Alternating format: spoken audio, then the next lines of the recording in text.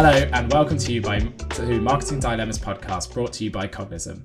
I'm Liam, and each week we discuss real-world dilemmas faced by top marketers so we can share and learn from each other. Today, my guest is Steffen, CMO at Dreamdata. So great to have you on the podcast, Steffen. So our audience can get to know you. Could you share with us 2 truths and a lie about yourself and your role? And I will try and work out which is the lie. Actually, I brought you 3 personal ones, Liam. So not so much about work, but that's fine. So here's the 3. I have 2 kids and I'm awaiting another one in October. I'm running my 8th marathon on Sunday, and I cold plunge every day before I start work. Oh God, that's actually really difficult. You played this game really well. All of those could be true, but I'm gonna guess that the cold plunge is the lie, because I feel like I would love to be able to do that, but I know that takes even more discipline than having to run 8 marathons. You're correct. Like I'm following all these longevity people, and they always talk about the benefits of cold plunge, but just really haven't built up the motivation yet to to jump into freezing water before I start working. It is actually so difficult. I do a bit of running as well, although I've only done 1 marathon. I applaud you for doing 8. That's insane, especially with kids as well, to find the time. But there's a local they've opened like a new local community sauna near me. Nice. And a cold plunge. I've been like twice and I love it each time, but I just think like the amount of motivation I have to get to go. And even when I'm there, the first like cycle of the sauna and plunge is so horrible that I'm like, I don't know how anyone does this all the time. No, me neither. It's even like where our office is near the harbor, so there's really no excuses for not doing it. But it's I can't amass the motivation to do it. It does make you feel great afterwards, though. But then also sometimes I feel absolutely exhausted as well. So I feel like if I did it every morning, I might just end up having a little nap at 2 p.m. by accident. Like, but I know our CMO Alice absolutely loves it as well. She does it pretty much every morning in the winter. But then I think it's harder to get the cold water. Yeah. Anyway. Great to get that about you and know a little bit more about you. Is there actually could we have a little bit more of an introduction to you as your role at CMO at Dreamdata, and learn a little bit about Dreamdata itself too? Yeah, happy to, Liam. So I'm a CMO at Dreamdata. I'm also a co-founder of the company, and like my whole career, I've been working in B2B marketing, which now spans 15 years or so. Time flies. And what I was thinking about being the CMO is like, initially we started out being 3 people, Lars, Ole, and I. And being a CMO there, you're also the CRO and the salesperson and the content specialist, the paid specialist, etc. And it's been like an ever evolving journey of prioritizing what's the things I need to be responsible for and what can I delegate and get other people to care more about. Nowadays, most content production, I'm kind of just supervising, making sure that the voice and tone is correct here, but it's basically the team that comes up with all the creative ideas and does do the copywriting, the visuals, etc. So it continues to evolve, and I think that's also what you guys now have at Cognism. You have a fantastic team as well, and you have very specialized people because now you've grown to a size where you can actually afford that. But so nowadays it's like, what are we responsible for in marketing? I think the whole story about Dreamdata, the positioning publicly of Dreamdata, the demand that our sales team works on, we are like 95% inbound driven. So our kind of main focus is really, are we getting enough demos? Are we not getting enough free trials through the door every single week? Because we know that if that starts dropping, then the sales team will start complaining, and sooner after that we'll start missing revenue targets. But so far so good, and we've been going at a good growth rate the last handful of years. Then what's Dreamdata? Well, the problem started out being kind of that classic marketing dilemma. Like, if I do this project, if I do this activity, what revenue does it then yield afterwards? And before Dreamdata, I was a marketing leader at a company called Airteam, and that we were selling to schools and to businesses with our screen sharing device. And what I found myself doing at that company was that I was judging the value of the marketing spent simultaneously as I was spending the money, meaning that the same month I spent the money, I would look at what's the return of this money, which is like a completely flawed way of doing things, because we know in B2B things take a long time. According to our recent benchmarks, it's 211 days on average from first touch to a deal being won. But still, I was sitting there in the same month where I invested this money and trying to understand, wow, what did we get out of this money? Because the CEO is asking, wow, why did you spend this money? What are we getting out of it? So I've just through that tenure, kind of, I just continuously got more frustrated about, I want to be able to directly show how we're impacting revenue, because there's all these B2C marketers out there that like run Google search ads, and then people search for a Nike running shoe, and then they click the ad and then they buy the product. But it's not that simple in B2B. It takes months and months, and there's 5-10 stakeholders per deal, etc. And I happened to run into my two co-founders afterwards, as they were kind of trying to just pitch a very early idea, and it ended up me joining Lars and Ola as part of the co-founding team of Dreamdata. And our vision has always been to, I think the vision has always been revenue automation, meaning automating as much about how marketers produce revenue as totally possible. But the first very tactical problem we set out to solve was attribution.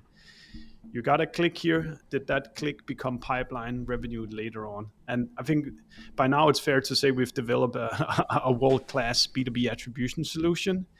And our new focus after having completed that is now what we call activation, which is saying, now that we know what works, which systems can we now put this information into?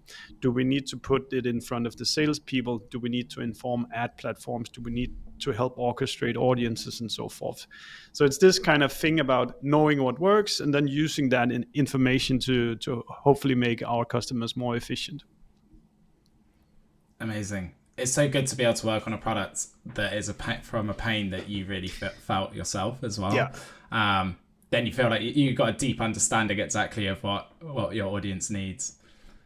But yeah, and I'd love to jump straight in then and get what your dilemma is that you're bringing to the table today, and a bit about the lay of the land, I suppose.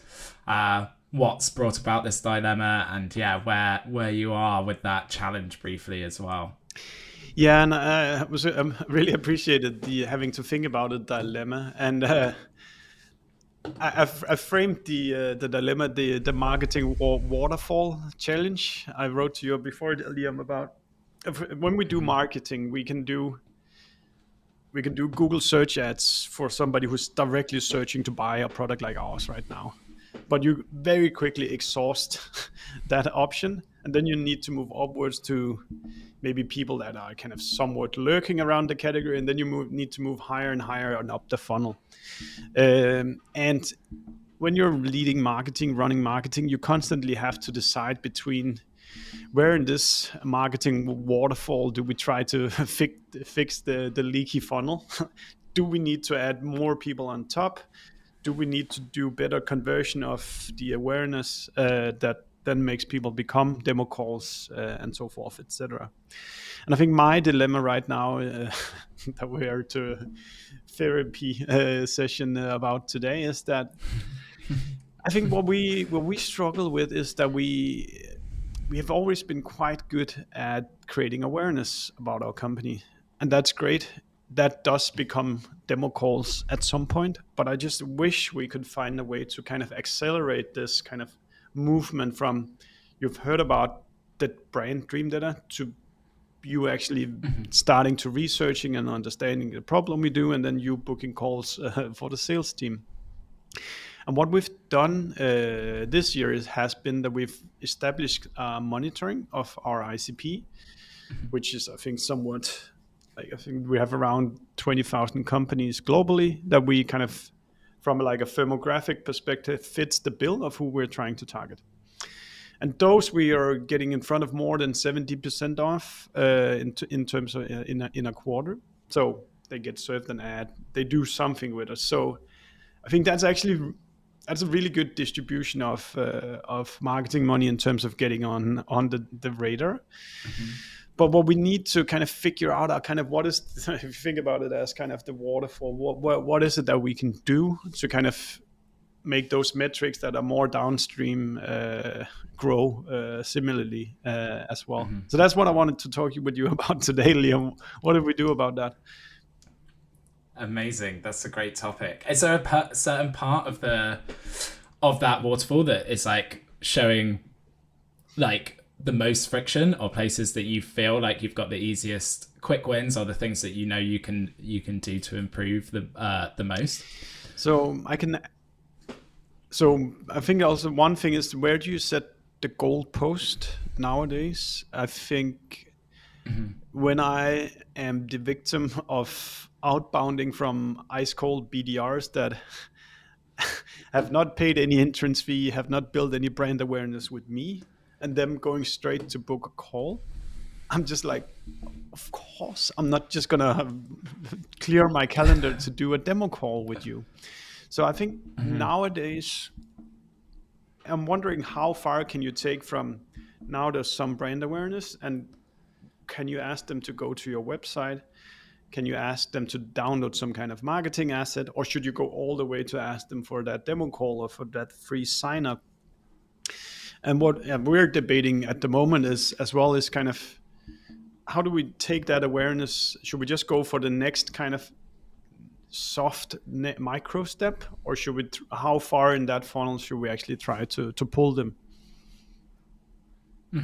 That's so true. I feel like I struggle with that when I'm asked to go on a demo call and I don't actually even know what the solution is, and I'm not aware, and I'm supposed to learn about it on the call straight away, and then obviously the sales process pushes you to take a next step, but I don't have a next step. I've maybe only just learned about that solution at that point, and therefore I don't really want to take that call. I'd rather actually go away and do a bit of research myself and make up my mind in the future. Not to mention that even taking that call in the first place is like, I'm not going to take it unless like there's some sort of other leverage involved, because it's like I don't have the time to go on and just learn about a tool in that way. That point is so true. But then the point of measuring, I suppose, when that point is that I don't know within myself when I've maybe seen enough awareness ads that I have enough awareness that I know that it's a problem for myself, and when I need that extra next step to be tipped over, and then that's where that dilemma comes up. Yeah, I was just thinking, like, as you were talking, Liam, that I don't think I have ever jumped on any of these. Take a call with this brand I don't know anything about.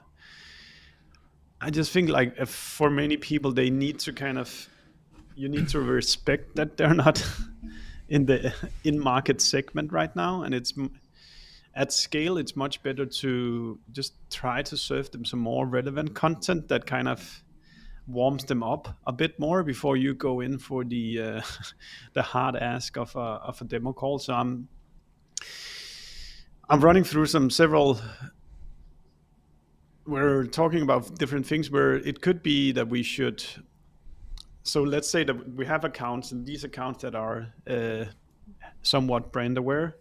Maybe we need to understand, like, who are these people, and then just serve them relevant content at scale. So given they reach a certain threshold of engagement, then we should maybe trigger some email to these people, if we have consent, that contains some kind of relevant piece of content that just kind of pulls them into the website, stay in our ecosystem for a little while, and then leave again.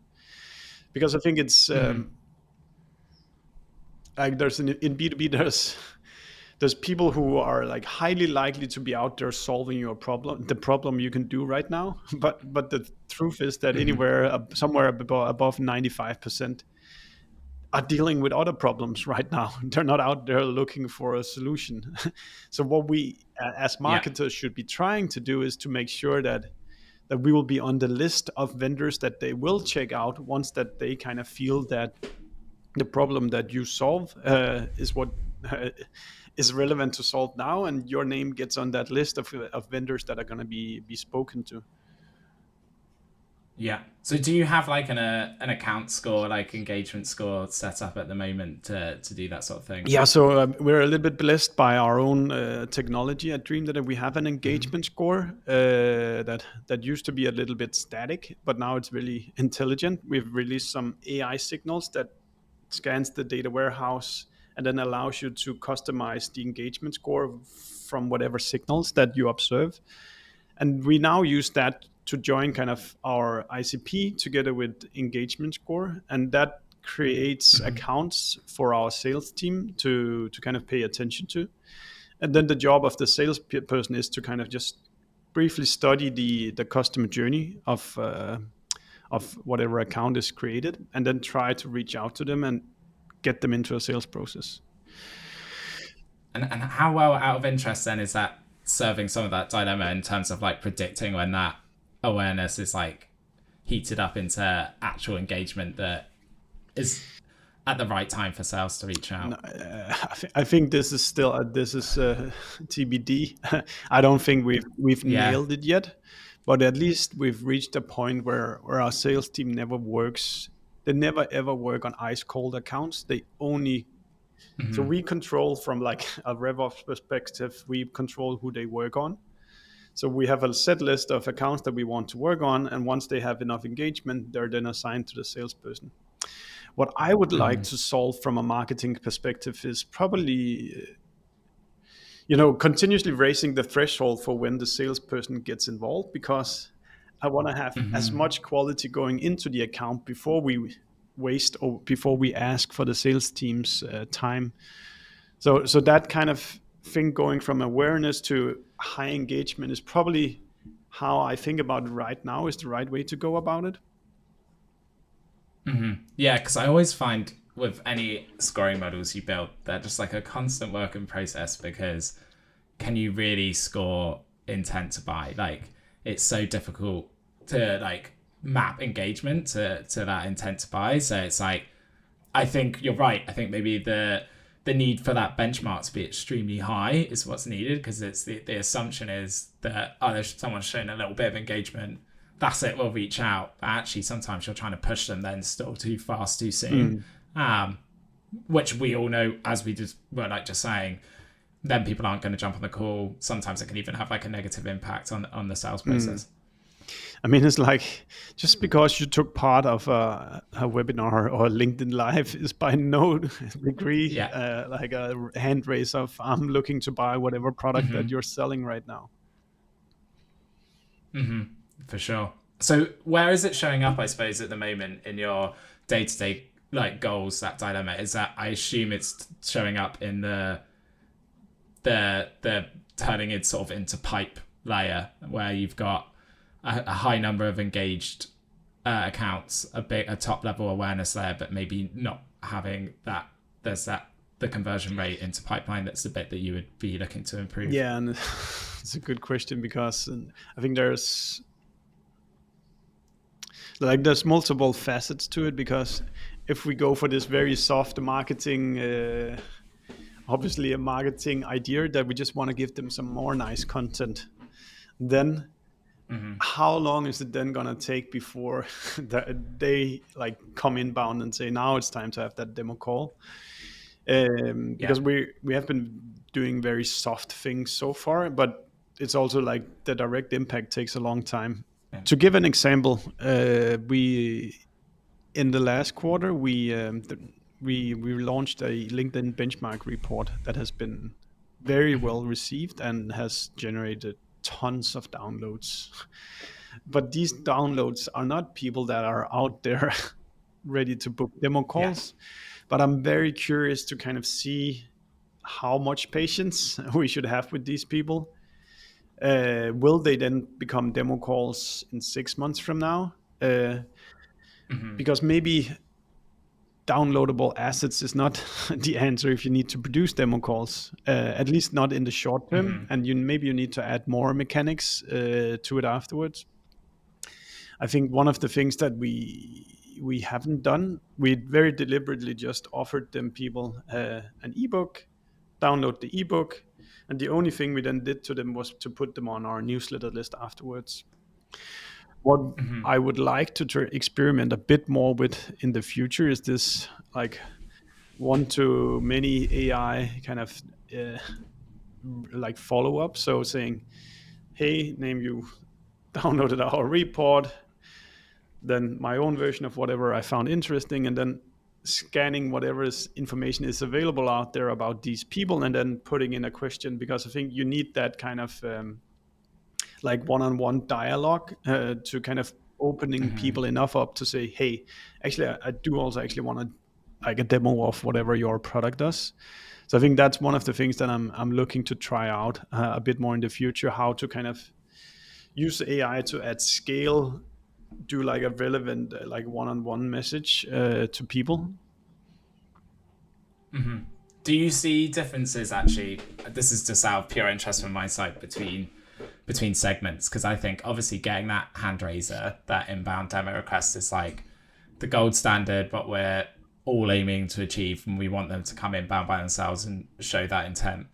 But I find often with like SMB, that's easier to achieve from the marketing you put out because of the amount of the account that you have to influence. So it's easier to get that demo, and then you get that demo request from someone who's going to have a position in the company that can drive it forward. But obviously when you're moving up to mid-market and enterprise, the process can take so long because you could get a demo request from one side, but it doesn't fit and stuff. And that's actually where then you do need the engagement score, because you need to do a bit of manual, or you need to do that outreach to engage the rest of the account. Yeah. So do you see that dilemma specifically in those sort of segments, or is it sort of do you find that across the board? I think in general, you're right that like obviously larger accounts take longer time.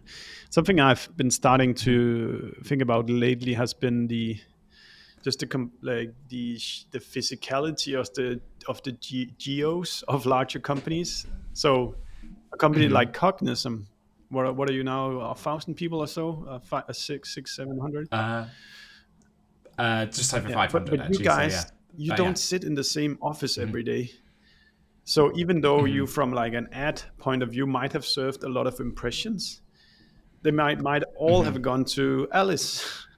And if it's only Alice who's been consuming all this marketing activity, then she's not you're not getting into this serendipity moment where Liam and Alice all say, hey, I actually also saw this company. Could one of you reach out to them and try and have a demo? With these big teams, your ads might go into just one person, and one person just doesn't pick tools in a large company. In large companies, it's maybe you have a procurement department that needs to take requests, and then the procurement department starts this RFP process, and then things takes a ton of time. Whereas if you have really small, let's say 100 people, those might all be sitting in the same room. If you serve them ads on LinkedIn, you might walk past a colleague that is browsing LinkedIn, and you see the ad, and you can start talking about these dynamics of this company, and that just increases the likelihood of you seeing direct response to your marketing. Yeah, I think that's exactly it. It's like in SMB, you're able to get more of that direct response easily, and in enterprise, actually, or mid-market, what you're trying to foster is the then unmeasurable unknown, which is a conversation in the office between people who are actually like saying, who are like talking about a tool, and that you come up when that like pain is either mentioned, or if they're in that evaluation thing, that you're just mentioned in those things, and everyone is aligned because they've seen all of your content and ads. And that's where I think that's the hard bit to do. That's where I think like high quality content can be a good enabler or a door opener. That say we produce some sort of benchmark that is super interesting, then they might be start sharing it in your team, and that will make them go, hey, I've actually been seeing this company. That's an interesting report. What is it that they do? Okay, now it's time to actually have that conversation. But it's I wish I could kind of find the silver bullet for this dilemma, because I think it's ever present of where where to focus your attention when you have this funnel of awareness, whatever we call it, engagement, and then actual buying behavior. And I think that is then kind of also figuring out what is the intersection for when you need to have the sales team's attention. There's products where you can one person can buy it and just use for themselves, but in these more complex products or larger deal sizes, you typically need the sales team at some point to start doing one-on-one communication with these different kinds of prospects that you're trying to break through to. So what have you tried today that's worked, and what are you sort of thinking? I mean, you kind of mentioned what you were thinking of trying next with the one-on-one, sort of bringing people into a one-on-one AI led outreach. But yeah, what else have you tried that's actually maybe started to take shape that you're happy with how it's working? I think it's been interesting to see this benchmark report, which I mentioned before, as kind of an enabler for getting people to our website. So if you think about when you serve ads, you can just measure how many ads reach the right accounts, but then those accounts doesn't necessarily show up on your website. They've just been served a lot of ads, so they start knowing more about you. As we launched that benchmark report, we suddenly had an asset that kind of could be that fair ask for a visit to the website. So that gave us a huge spike in the last quarter in terms of how many of the ICPs that actually show up on our website. So that's been a learning that for me, that you need to have something for people to offer that is not buy our product right now. So you need to kind of develop content or whatever you want to call it that is kind of a fair ask for getting them a step further into your ecosystem. I think we definitely want to be continuously pursuing that path of creating let's say proprietary data insights about how B2B marketing works. We also have a weekly live show on LinkedIn called Attributed, where we bring in relevant speakers for B2B marketers and then invite them to take part of an hour, just like you and me talking about some kind of marketing thing right now. And that is kind of also a nice micro conversion for the salespeople. Instead of asking another qualification question, maybe last week we had April Dunford in talking about B2B positioning, and instead of having to go through the discovery call with a client, maybe it's just good to put them in front of somebody from Dreamdata facilitating some knowledge that being gained by the person that is viewing it. Yeah. I think you hit the nail on the head that there needs to be another layer of account engagement that is getting people sort of engaged with you and building that relationship before the demo and the sale. And I think we look at it in when we get someone engaged in one area of what we would call our media machine, that then we ramp up the activity to invite them to other things. So if they attend a webinar, get them to subscribe to the podcast, try and get them to follow one of our newsletters, get them to follow us on social, followed by then exactly as you say, what we just call it content threading, threading people through content, so getting them to engage and having that one-to-one interaction. And then if they get a bit hotter again and they're a larger account that we're maybe putting into our one-to-one program, then thinking about how you get that executive sponsorship in, where maybe you can reshare other content with them from the right people to be having a conversation with them. I think I also saw you guys offering 50 leads, right? Or something like that. Yes. I think that's a good example of so I think once they're warm, let's give them a little bit more taste directly of the product afterwards. Yes. Yeah. And we're always trying to figure out what that perfect offer is at that point to get them sort of then at that point thinking about actually trialing and working with the product. But I think that kind of all comes into what your retargeting layer says, right? Yeah. And what you offer in that moment. From a product perspective, we're also we're constantly like kind of tweaking we have a free product, and we're trying to just constantly make it better and better, so that can kind of be like our version of having a little taste of what the full product does. So kind of if you're highly engaged, maybe we can get you into to kind of start trying the free version, because if you start then like having a good experience with the free version, then the idea is hopefully we can then convert you into a paying customer at some point. So I think this kind of, there's also this intersection of you've created awareness, you've offered some content. Is there kind of a logical step into kind of further down your funnel, which could be to trialing your product either free or like, I think what you guys, sometimes you give them 50 leads, something like that for free. And obviously, if people call through them and realize, oh, this is real numbers, then that's a really good testament to what your product does. Yeah, that was an interesting offer as well in itself, because we realized sometimes we started with 25 free leads, then it was 50 leads. And then we played around with the offer being data sample, because we've realized for certain companies and different sizes, putting the number on the offer isn't attractive enough, right? So 25 free leads for a micro SMB company, great, but 50 for an enterprise that has a huge challenge to solve with data and a huge CRM, they actually need more than that. So we need to naming the number can have an effect on it. So I find that really interesting. So what level of like access to the product is going to actually tip someone over the edge to want to trial it. And also I've seen people here and there on LinkedIn post about being successful at paying for them to do demos for clients, and I think we've done 1 or 2 small experiments with it without actually being able to attract the right kind of people for these demos. But I have seen people brag about it on LinkedIn, saying that it works, but we haven't nailed it yet. Yeah, I have been interested to trial that as well, but we've been ideologically opposed to it for a while. But I think it'll be something I'd like to try on certain subsets. So what teams? Go ahead, Liam. Go ahead. Oh, yeah, I was going to say, what teams are like key to getting this like problem solved for you, like, and what would their involvement be? And do you see their involvement being? So I think traditionally you'd have marketing and sales that would have to work together here. Marketing to create the awareness and engagement, and then sales to take over the lead at some point.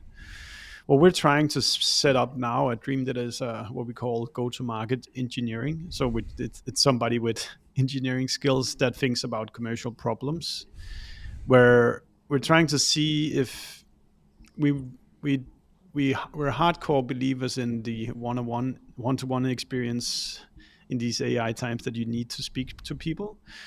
But can we find some way to scale kind of the flow of the waterfall with kind of continuously serving more and more relevant content to people, so that we lift the bar for when people are not enough engaged, and then the salesperson, I think ideally the salesperson only have to step in once there's a reply to something you do. That would be my kind of dream scenario, that you run a lot of high quality content, and once somebody actually hit the reply button in their email to the content you sent, that's when a real person needs to step in and actually read what's been served, what are they asking for, what is a good next step to do. So I find that I think like marketing and sales needs to exist, but I think more nowadays to be efficient with marketing, I think everybody will get how to do AI in go-to-market 3 years from now. But I think there's like an arbitrage period right now. If you are in the forefront of this, you'll have some years where you can kind of outpace companies that doesn't grasp it yet. Yeah, I find that bit really interesting. It's like when like no one knows well enough yet at what point you can like automate something with AI and that's a reasonable touch. At what point you need to get that human touch involved, because that's actually the necessary touch, and an AI one is not going to cut it. And how you like, where like it makes it, at the moment, it's really difficult to know where you can actually save time and help scale, and where it needs to be unscalable to really have impact. I think already now most people have a very good radar for like mediocre outreach. I just go straight to the spam button as soon as I can see this is somebody who's doing this at scale. I'm not wasting my time even reading this. It's just put it in spam and let me get on with my day. So the bar for the quality demand you need to have on the content you serve people is just super high, and whether it's a human or an AI who does it, that it matters. But it doesn't really matter who does it. You just need to be like top, like 10 out of 10, 9 out of 10 quality content that you serve people at the end. Content still remains king, which I'm happy about. I think so too. At least for that's kind of the door opening path for me with most brands, I think. I don't want to talk to sales. I don't want to talk to sales. I want to make up my own opinion, and I want to do my own research. And when I need the product, I'll tell you. But before that, let's not have a sales conversation. Yeah. You want to resist it for as long as possible, because unless you're ready to buy, the whole process is kind of it's painful sometimes. Like it's not like it doesn't. Everyone's so busy. It's just not a great use of their time. So. And I feel like we've got all the technology and medium to make sure that that's the case that happens. And ultimately, one of our things, our kind of mantra is like at Cognism being like make sales easier for it's a marketing team sort of mantra. If we can do that, if we can truly educate people before sales reach out, it does make their job a hell of a lot easier. That whole sales process works 10 times easier when they know that the person is like there, turned up, engaged, ready to listen. They don't have to run through pain points and questions and try and get reluctant answers out of them, because they're going to be offering them uphand because they're actually interested in getting this problem solved for themselves. Yeah, I think that's the exactly right philosophy for marketing, or B2B marketing in particular. That like whatever we do in marketing, there's no return on investment before the sales team gets the signatures signed. So we need to think about the whole customer journey of these accounts and how I think sometimes of the game of curling, where you kind of throw a rock down the ice, and marketing is just the people sweeping the ground as much as we can before the rock hits the sales team.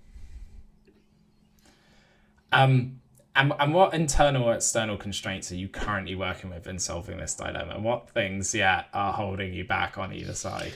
I think like from things where I am in control, I could say you would always like more budget. If I got more budget, maybe I can go from 70 to 90%, but maybe I can't because I'm already utilizing the current channels, to the best degree I can, and I need to find other ways of diversifying my awareness creation. What I mean by that is, if like we're running LinkedIn ads today, but can I find a way to target them outside their house or when they're playing a computer game? Like, what are the other venues that we can go down? Is it Reddit, or is it Bing, or where do I need to go to find the last 30% of the addressable market? That said, there's also this technical component of like orchestrating very qualified AI outreach, which I'm not the master of myself, but we just made a hire now that we believe has the skills to try and solve this. So this might be a point for another dilemma in a year or so, figuring out whether that was the right decision or not. But I think there's some technical constraints that I don't have a lot of experience working with AI at scale for outreach that we will have to figure out as we go along. Because the last thing I want to do here is like low quality stuff, because we normally hold ourselves accountable for a very high quality experience when you deal with us. So if resources then and budget weren't a constraint, would you have like a mindset of like, obviously you mentioned like if you could increase coverage by doing like out of home. There's like resources in terms of like an AI outreach expert. But are there other places that you feel like you could actually say you had that dream scenario that you feel like you could instantly plug, that you would double down on, that you think would make that measurable impact? I think we could probably spend a lot more money than what we do today.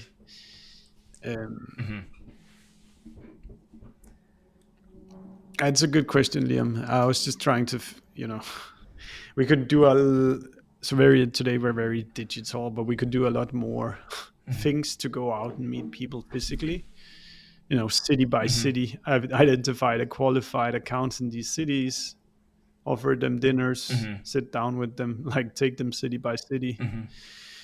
There's like loads of venues that we could buy. We have competitors aggressively buying influencers. We could do that more, trying to get influencers to post more. So yes, many ways to, I think it's just about, I very typically think about Seth Godin's Tribes book, and then like map out how does your tribe of customers, like if it's surfers, like there's 10 spots that are the best spots in the world. There's the global competition, there's a magazine, there's influencers, and you just sit down and map out all these places that people in your tribe are looking, the conferences they're attending, the podcast they listen to, and yeah, there's plenty of venue. I'm happy to take a budget increase, Liam, if you're offering it. Yeah. I do that. I think that's a really interesting point, though, and we're facing the same. We're so digital, really, and we've been trying to expand the event program. And I think there was a while, like people were saying like events are expensive, all of this sort of stuff. It's obviously nothing's ever dead. Actually, I think conversely, events and in person is some of the best ways of influencing an account and getting engagement with them. There's nothing better than meeting people in person. The problem is the cost of that and the resource time that it takes on the team.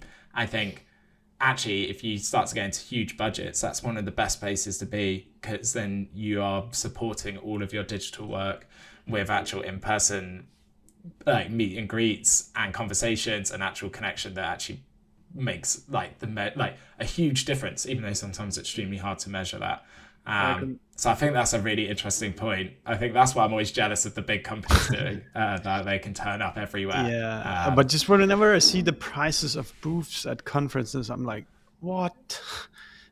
Like it's so overly expensive. So I think where we've found success has been when we have self-organized stuff, or we've partnered up with another company to share the bill.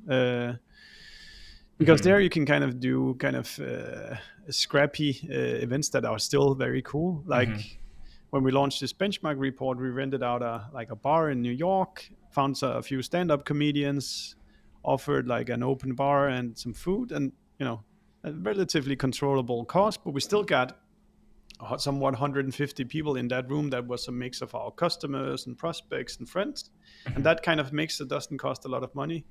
Whereas when you look at these like no, I don't want to name any names, but I think almost any conference I look at, the booth prices are just like, no, I'm not gonna pay this for a booth.